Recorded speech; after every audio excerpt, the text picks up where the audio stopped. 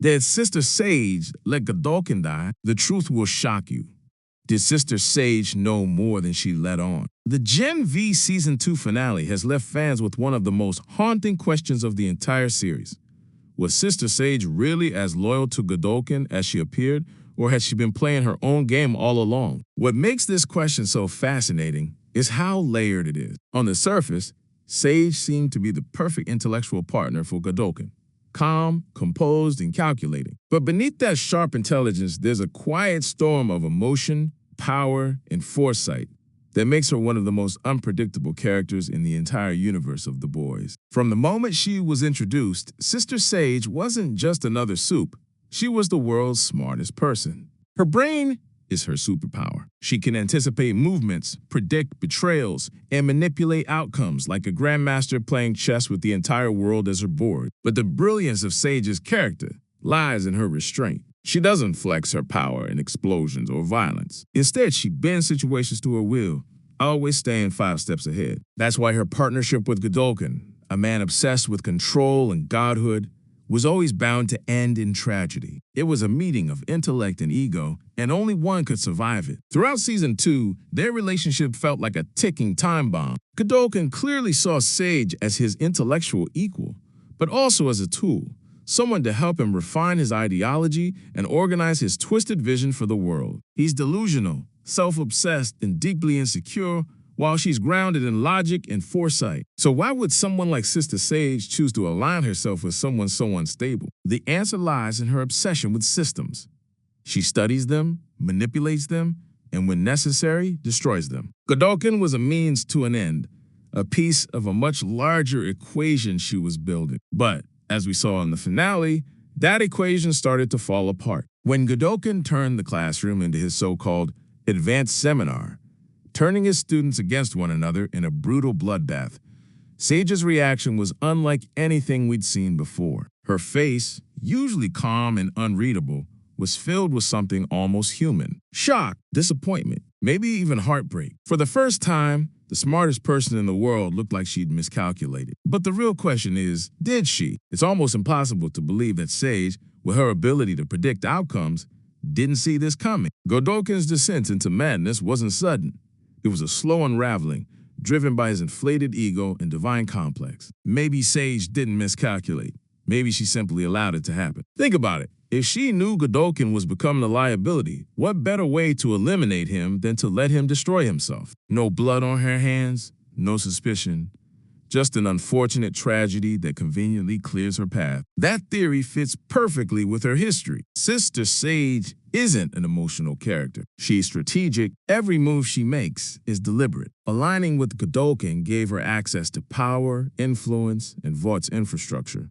The perfect playground for someone who wants to rebuild the world from within. But once Godolkin's behavior began threatening that vision, she had to make a choice: protect him or protect the plan. And if there's one thing Sage never sacrifices, it's the plan. Still, what makes their relationship so compelling is that it wasn't purely transactional. There were moments, brief, subtle, where we caught glimpses of something deeper. When Godolkin called her by her real name, Jessica, it wasn't just a casual slip. It was intimacy, vulnerability, the kind of thing that only happens between two people who've truly shared something meaningful. For a man like Godolkin, who trusts no one, that moment showed how deeply she had penetrated his defenses. And yet, the look in her eyes when he said it was telling. There was pain there. Not the kind that comes from betrayal, but the kind that comes from realization. The realization that she tied herself to someone who could never truly understand her. Their relationship was built on mutual recognition. Two geniuses who saw in each other what the rest of the world couldn't. But while he sought validation, she sought opportunity. He wanted to be worshipped. She wanted to evolve. It's tragic, really. He thought she was his follower, when in truth, she was his mirror, reflecting back his flaws, his insecurities, and his doomed vision. And then there's the uncomfortable racial and ideological undertone that makes their bond even more complex. Godolkin's roots trace back to Frederick Vaught, a man whose legacy is steeped in white supremacy and eugenics. So the irony of him being intellectually and emotionally entangled with a black woman is glaring. On paper, it shouldn't make sense. But that's exactly why it does. Sage represented everything he couldn't control: intelligence that surpassed his, power that didn't rely on fear or dominance. She was his contradiction, his challenge, and ultimately his undoing. It's fascinating to imagine what was going through Sage's mind as Godolkin spiraled. Maybe she pitied him, maybe she resented him, or maybe she simply watched with cold detachment, knowing that his downfall would open doors for her. After all, once he was gone, there'd be a vacuum of power, one she's perfectly positioned to fill. The finale ends with Sage walking away, her expression unreadable as chaos unfolds behind her. No tears, no panic, just a quiet calm. Because for Sage, the game isn't over. It's merely entered the next phase, and this next phase could be terrifying. With Godolkin out of the picture, Sage now has everything she needs to reshape the Supe world on her own terms. She understands Vought better than anyone. Its weaknesses, its corruption, its potential. Fans have even speculated that she might have stored fragments of Godolkin's mind, memories, or consciousness somewhere, ready to use or reawaken him when it benefits her. If that's true, then Sage isn't just playing chess anymore. She's rewriting the entire board. But maybe the real tragedy isn't that she used Godolkin. It's that she might have actually cared, in her own way. Sage's intellect makes her a prisoner of logic. Every emotion is calculated, every relationship weighed for cost and benefit. Yet in those rare, fleeting moments with Godolkin, you could almost sense a spark of something real. Not love in the traditional sense, but recognition. The kind that happens when two people see the parts of themselves they'd rather hide. And for someone like Sage, that's the closest thing to affection she's ever allowed herself to feel. Still, that emotion doesn't excuse her actions. It doesn't make her less dangerous. If anything, it makes her even more unpredictable. Because now she's not just thinking, she's feeling. And when the smartest person in the world starts making moves guided by emotion, the consequences can be catastrophic. The chilling truth is that Sage may have orchestrated everything from the start, aligning with Godolkin just long enough to learn his methods, his weaknesses, and his plans, only to discard him when he became unstable. That's the beauty of her intellect. She doesn't need to pull the trigger.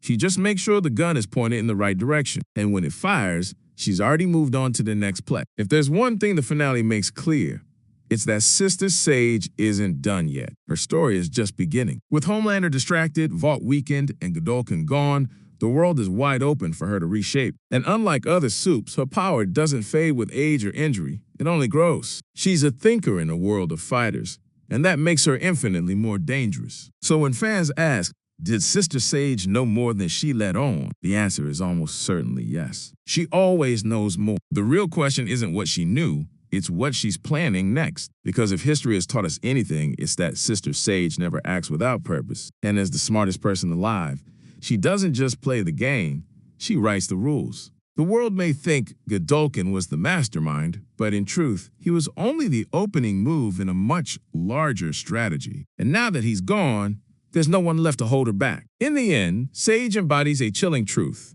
Intellect without empathy is its own kind of villainy. She doesn't need to raise her voice or throw a punch to be terrifying. Her power is quiet, methodical, and absolute. And as she walks away from the ruins of Godolkin's empire, one thing becomes crystal clear. She's not mourning a partner. She's preparing for her next move because for Sister Sage, the end of Godolkin isn't a tragedy, it's liberation. And if the genv finale proved anything, it's that the smartest person in the world isn't done playing. She's just getting started.